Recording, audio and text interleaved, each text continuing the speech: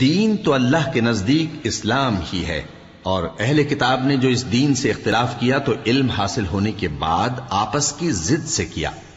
اور جو شخص اللہ کی آیتوں کو نہ مانے تو اللہ جلد حساب لینے والا ہے۔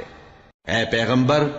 پس اگر یہ لوگ تم سے جھگڑنے لگیں تو کہنا کہ میں اور میرے پیرو تو اللہ کے فرمانبردار ہو چکے، اور اہل کتاب اور ان پڑھ لوگوں سے کہو کہ کیا تم بھی اللہ کے فرمانبردار بنتے اور اسلام لاتے ہو؟ پس اگر یہ لوگ اسلام لے آئیں تو بے شک ہدایت پالیں، اور اگر تمہارا کہا نہ مانے تو تمہارا کام صرف اللہ کا پیغام پہنچا دینا ہے،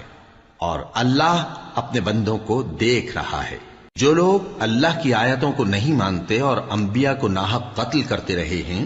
اور جو انصاف کرنے کا حکم دیتے ہیں انہیں بھی مار ڈالتے ہیں، ان کو دکھ دینے والے عذاب کی خوشخبری سنا دو۔ یہ ایسے لوگ ہیں جن کے اعمال دنیا اور آخرت دونوں میں برباد ہیں، اور ان کا کوئی مددگار نہیں ہوگا۔